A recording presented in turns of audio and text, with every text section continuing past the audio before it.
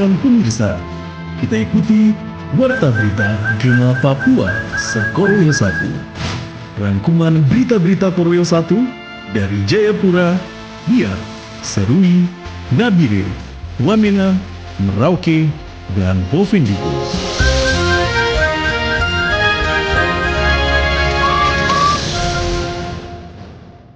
Pukul 19.00 waktu Indonesia.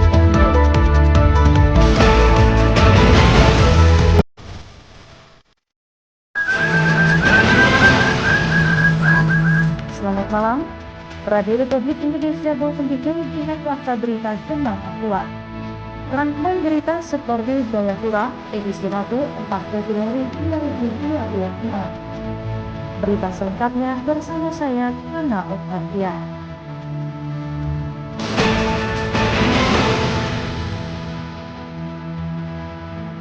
Kami awali dari berita pertama. Usulan puskesmas prototipe di Bovendigul jadi sorotan pengentas. Permasalahan tanah menjadi hal yang harus dituntaskan. Dari Bovendigul ingin Komarudi melaporkan. Pengalaman dari sebelum-sebelumnya itu adalah masalah tanah. Nah, ini yang sering bermasalah di kita di wilayah Papua. Jadi menurut Murniati, Kementerian Kesehatan memberikan respon positif namun menegaskan bahwa pembangunan puskesmas prototipe harus ikuti ketentuan administratif yang berlaku, terutama terkait status dan kejelasan lahan. Permasalahan tanah menjadi perhatian utama kementerian sehingga penyelesaiannya menjadi syarat sebelum pembangunan puskesmas prototipe dapat dilanjutkan. Selain itu, pemerintah pusat juga mempertimbangkan kesesuaian jumlah penduduk dengan keberadaan fasilitas puskesmas. Ini agar pemanfaatannya berjalan optimal dan sesuai standar pelayanan kesehatan nasional. Imam Komarudin melaporkan, RRI terus mengudara untuk Indonesia. Komisi C Dewan Perwakilan Rakyat Daerah Kabupaten Jayawijaya desak pemerintah segera tunjuk Kepala Dinas Kesehatan Jayawijaya yang hingga kini masih kosong. Laporan disampaikan Roni Hisage dari Wamena. Selaku pimpinan daerah segera menunjuk PLT. Desakan tersebut disampaikan Wakil Ketua Komisi C DPRK Jayawijaya, Robi Lokobal, kepada wartawan di Wamena Selasa 3 Februari kemarin. Menurutnya, Dinas Kesehatan merupakan salah satu layanan publik vital sehingga kekosongan jabatan Kadinkes tidak boleh berlarut-larut dan harus segera diisi. Ia mengatakan mengingat layanan kesehatan merupakan layanan publik dasar untuk masyarakat di daerah ini, sehingga posisi kepemimpinan dinas tersebut harus segera diisi agar proses administrasi maupun pelayanan di masyarakat tidak terhambat akibat kekosongan jabatan tersebut. Selain itu, Robi Lokobal juga menuturkan dalam bulan Februari ini pemerintah Jayawijaya hendak berencana untuk membagi dokumen penggunaan anggaran atau DPA 2026, maka mestinya sudah harus ada kepala dinas definitif. Karena jika masih PLT, kewenangan pun masih terbatas. Karena semenjak kepala dinas yang lama, dalam hal ini Pak Lesman, sudah cukup beliau melaksanakan tugas selama kurang lebih 8 bulan. Setelah meninggalkan tugas itu, sekarang jadi kekosongan di sana. Yang ada mungkin ada PLT, tapi PLT tidak cukup dan tidak punya kewenangan di posisi PLT. Harus ada SK definitif selaku kepala dinasnya. Jadi kami soroti bagian ini karena di sana nanti berdampak. Karena di sana tempat pelayanan umum, pelayanan yang menyelamatkan masyarakat. Saudara, sebagaimana diketahui, sejak tanggal 31 Desember 2025 lalu, pelaksana tugas Kepala Dinas Kesehatan Jayawijaya, Lesman Tabuni SKMMM, telah diberhentikan melalui surat pemberhentian Bupati Jayawijaya. Dengan demikian, sejak saat itu, pejabat pengganti Kepala Dinas Kesehatan Jayawijaya belum ada hingga saat ini. Roni Hisage, RRI Wamena. Warga Nabire keluhkan parkiran angkutan umum lintas pedalaman di depan Pasar Karang Nabire agar ditertibkan. Selengkapnya dari Nabire, Robi Vanindi melaporkan.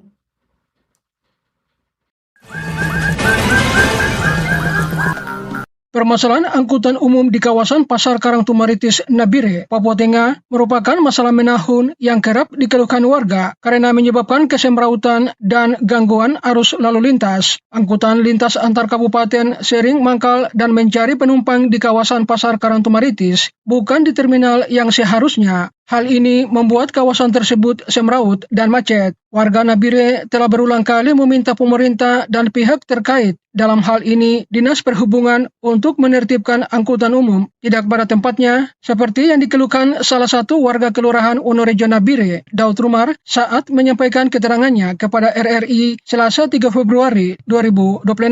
Ia berharap pihak berwenang konsisten menertibkan kendaraan angkutan umum lintas pedalaman yakni Dogiyai, Deyai, dan Panyai agar arus lalu lintas di sekitar Pasar Karang kembali lancar. Pemerintah, dalam hal ini Kabupaten Nabire dan pemerintah Provinsi Papua Tengah, tolong menertibkan kendaraan atau terminal lintas Kabupaten Dogiyai, Deyai, Panyai di Pasar Karang. Kalau perhatikan bagian ini, dua pemerintahan, yaitu pemerintahan kabupaten dan provinsi, meyakinkan kami bahwa kami pengguna jalan raya dan pengguna lampu pengatur lalu lintas di Pasar Karang sangat kami resahkan. Selalu saja macet dan macet dan macet. Menanggapi hal tersebut, Kepala Bidang Lalu Lintas dan Angkutan Jalan, Dinas Perhubungan Provinsi Papua TPB, khusus untuk angkutan lintas kabupaten.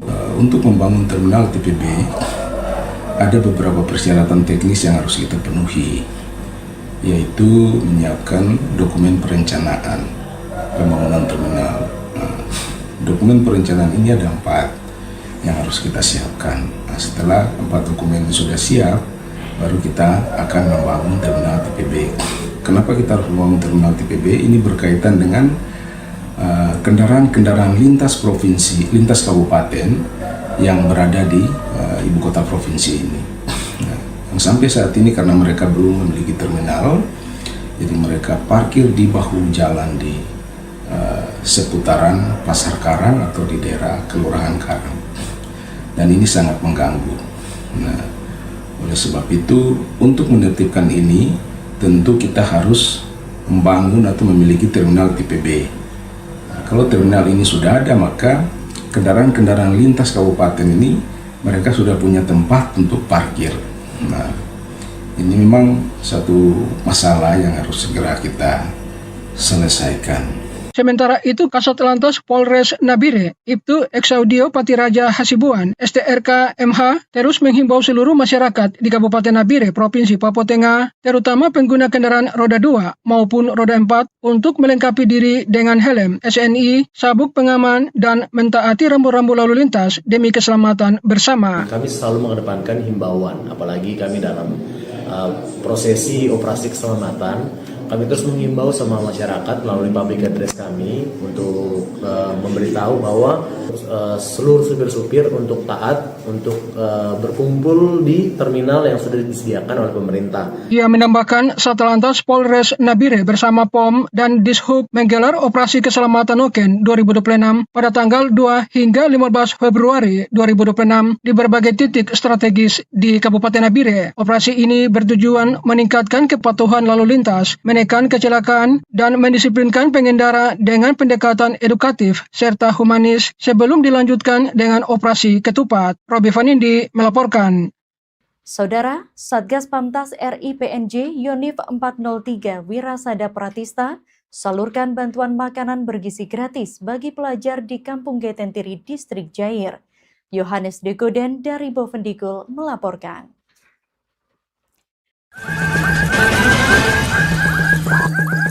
Kehadiran Satuan Penugasan di wilayah perbatasan darat RI PNG selain menjalankan tugas utamanya untuk menjaga tapal batas dari ancaman yang akan merongrong kedaulatan bangsa, TNI hadir bersama rakyat dalam membantu masyarakat dapat lebih baik dalam kehidupan mereka, seperti yang dilaksanakan Satgas Pamtas RI PNG wilayah Bovendigul Yonif 403 Wirasada Pratista tersebar dari wilayah Bio hingga Astiki. Mereka melaksanakan kegiatan pembagian makanan gizi gratis bagi pelajar di kawasan perbatasan. Hal ini dilakukan TNI membantu tumbuh kembang anak-anak Papua, karena kekuatan Papua ada pada generasi penerus. Ini bukan sekedar bantuan, namun sebagai wujud kasih sayang dan komitmen TNI untuk kesejahteraan masyarakat Papua.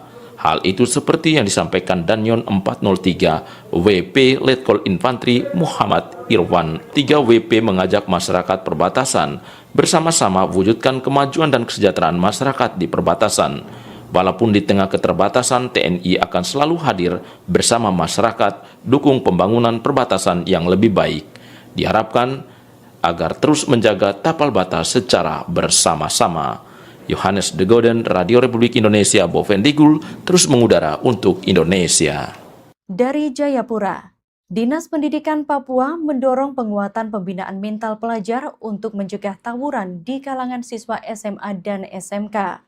Upaya ini melibatkan peran sekolah dan keluarga agar pelajar mampu mengelola emosi serta menjauhi kekerasan. Reski Kurniawan melaporkan. Dinas Pendidikan Papua mendorong pembinaan mental pelajar sebagai langkah mencegah tawuran di kalangan siswa SMA dan SMK. Pelaksana tugas Kepala Dinas Pendidikan Papua Martin Medlama menilai tawuran pelajar harus disikapi serius. Pelajar harus diarahkan belajar mengelola emosi dan tidak menyelesaikan masalah dengan kekerasan. Menurutnya, pelajar adalah calon pemimpin masa depan Papua, sehingga pembinaan karakter perlu dilakukan sejak dini. Pembinaan tidak hanya menjadi tanggung jawab sekolah, tetapi juga keluarga. Terkait situasi anak-anak kita yang sering terjadi tawuran di antara sesama anak SMA atau SMK, itu mungkin saya sebagai Kepala Dinas Provinsi Papua, sebagai pembina ya, saya tidak punya kewenangan untuk SMA SMK, karena kami punya kewenangan hanya 12 sekolah, tetapi himbauan positif seperti ini perlu kita sampaikan kepada anak-anak kita. Jadi saya menghimbau agar anak-anak kita ini bisa menjaga diri lebih dewasa, tidak cepat mengolah masalah dengan emosi gitu. Jadi saya harap anak-anak kita tolong dijaga mentalnya baik, terus tidak langsung emosional mau baku serang secara fisik gitu. Ini yang penting. Yang kedua, kita juga orang tua di rumah mohon bantuan agar anak-anak kita ini kita jaga pergaulannya bagaimana, tanya dia gitu, kemana, dari mana, ini penting gitu, penting sekali gitu. Jangan kita biarkan anak-anak kita gitu, karena anak-anak kita ini perlu kita beri perhatian spesial sehingga mereka punya masa depan yang cukup cerah dan mereka bisa dibina secara mental dari kecil gitu. Martin menilai peran orang tua sangat penting dalam mengawasi pergaulan anak di luar sekolah, sementara guru didorong aktif membangun karakter siswa, termasuk menyisipkan pembinaan sikap dalam proses belajar. Menurut Martin, tawuran sering dipicu pergaulan yang salah dan kurangnya perhatian keluarga. Karena itu pembinaan mental perlu dilakukan bersama agar masa depan pelajar tetap terjaga. Reski Kurniawan melaporkan. Dari Serui, pengelolaan sampah di Pasar Aroro Iroro dikeluhkan karena rendahnya kesadaran masyarakat membuang sampah pada tempatnya. Reporter Cindy Faidiban melaporkan. Pasar Aroro Iroro Serui menjadi salah satu pusat berbelanja masyarakat kini dikeluhkan para pedagang dan pengunjung pasar. Keluhan tersebut berkaitan dengan pengelolaan kebersihan pasar yang dinilai belum maksimal, terutama akibat rendahnya kesadaran masyarakat dalam membuang sampah pada tempatnya. Salah seorang warga Marteng Ciwarumi mengatakan, permasalahan sampah di Pasar Aroro Iroro Serui sudah sering dikeluhkan masyarakat. Menurutnya kondisi tersebut terjadi karena kurangnya kesadaran masyarakat dan pedagang dalam menjaga kebersihan lingkungan pasar. Malah dong sapu kemari dong buang di dalam got. Padahal sudah disiapkan tempat sampah. Sudah siapkan tempat sampah oleh pemerintah untuk sampah-sampah dibuang sih. Tapi itu masyarakat sendiri yang tidak sadar. Baik pembeli maupun penjual. Sama. Menanggapi hal tersebut, pelaksana tugas PLT Kepala Dinas Lingkungan Hidup Kabupaten Kepulauan Yapen Rodapus Ronald Patai menjelaskan bahwa pengelolaan kebersihan Pasar Aroro Iroro Serui telah dibagi dalam 3 pihak yang bertanggung jawab. Di dalam los pasar itu ada terbagi 3 yang menanganinya. Ada tenaga pembersih pasar dari Dinas Perindakop. Kemudian dari PUPR sendiri ada. Nah, kami ada terbagi di situ. Wilayah los yang sebelumnya dibangun, yang dekat dengan pasar dekat jembatan 3000 itu ada tanggung jawab kami. Di tengah itu ada dibagi lagi. Jadi di situ ditangani oleh 3 OPD. Nah, kemudian penanganan khusus untuk daerah jembatan 3000 itu, setiap hari 1 kali 24 jam petugas kami, baik tenaga buruh harian lepas maupun tenaga sukarelawan, itu mereka stay di situ 1 kali 24 jam, itu ditangani. Rodapus menegaskan kepada seluruh masyarakat dan pedagang di Pasar Iroro Serui agar bersama-sama menjaga kebersihan pasar dengan membuang sampah pada tempat yang telah disediakan. Cindy Faidiban melaporkan.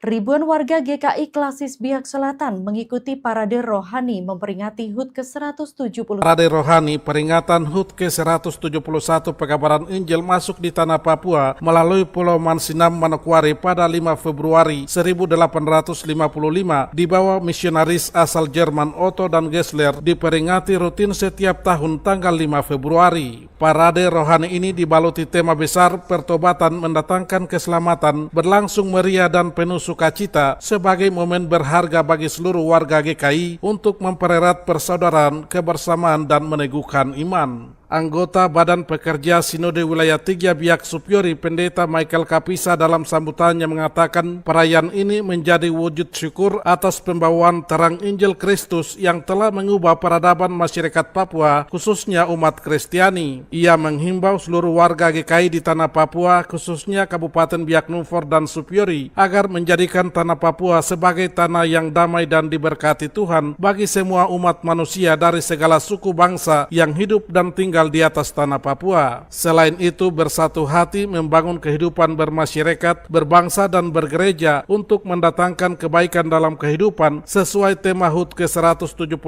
pekabaran Injil masuk di tanah Papua tahun 2026, yaitu pertobatan mendatangkan keselamatan.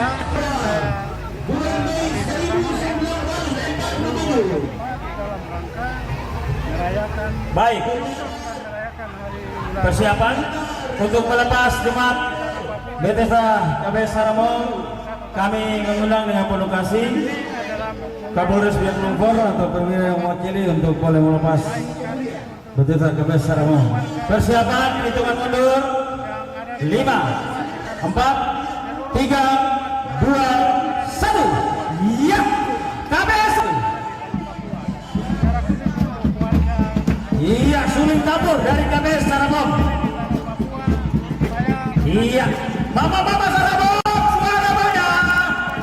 Sementara Ketua Klasis Biak Selatan Pendeta Yohanes Barek mengatakan peringatan 171 pekabaran Injil masuk di tanah Papua selain mengingat jasa misionaris pembawa kabar keselamatan bagi masyarakat Papua, juga mendorong umat Kristiani di Biak untuk mempraktekkan nilai-nilai kasih, perdamaian, kebaikan dan keadilan dalam kehidupan sehari-hari tanpa membedakan suku, agama dan golongan. Ia berharap dengan adanya perayaan ini warga gereja terus mengucap syukur kepada Tuhan, semakin bertumbuh dan berkembang dengan tetap berpegang teguh kepada firman Tuhan. Kami mengharap bahwa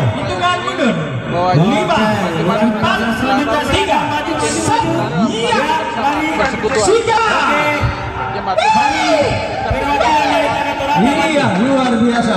Umat Tuhan yang ada di masyarakat tidak hanya kepada gereja tapi juga kepada saudara kita yang tidak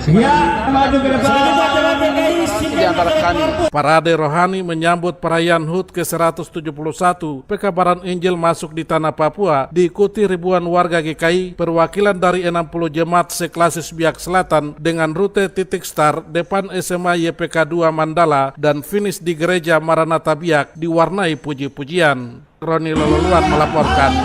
Masih dari Biak, sebanyak 74 peserta mengikuti Musyawarah Daerah 6 Lembaga Dakwah Islam Indonesia Biak Numfor. Secara aklamasi, Hasan Laboy kembali memimpin untuk periode 2026-2031. Meizelen Kamuntuan melaporkan.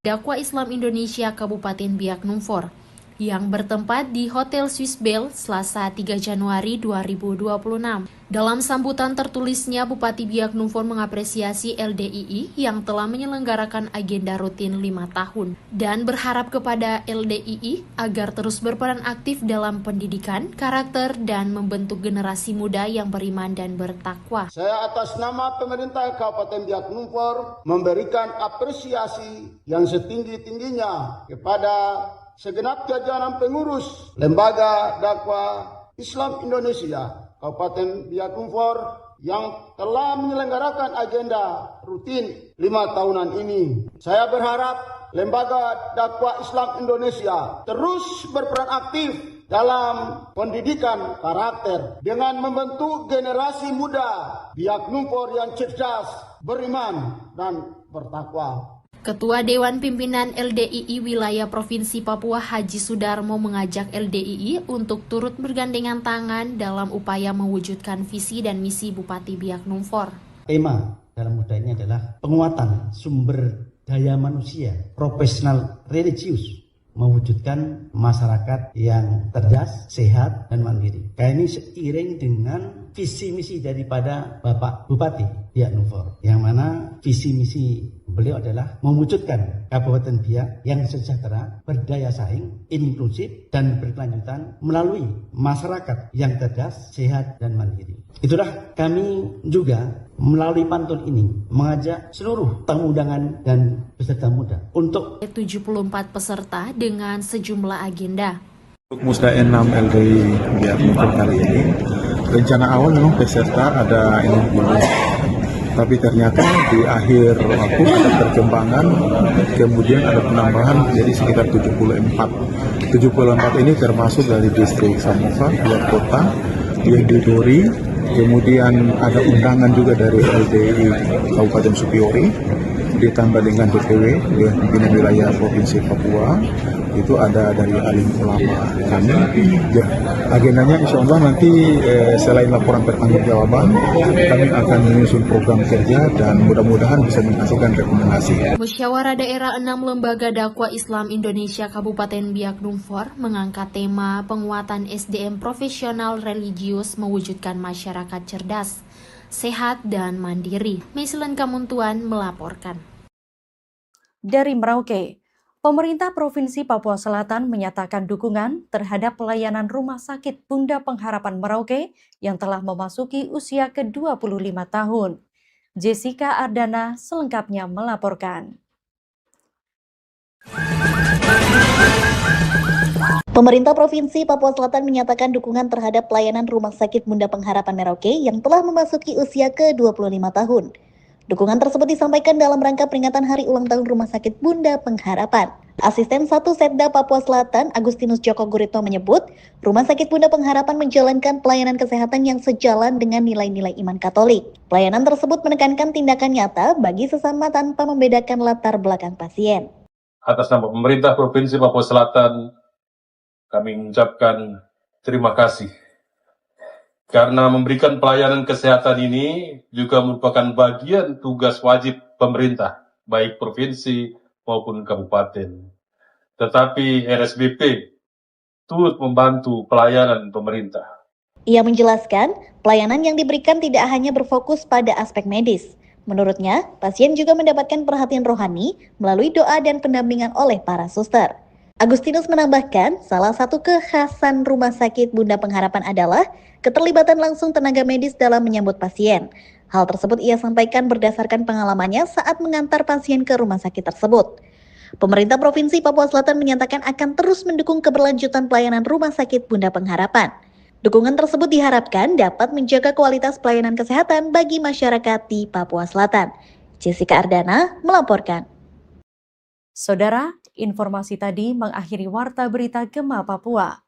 Mewakili kerabat kerja yang bertugas, saya Fana Oktavia mengucapkan terima kasih atas perhatian Anda dan selamat malam.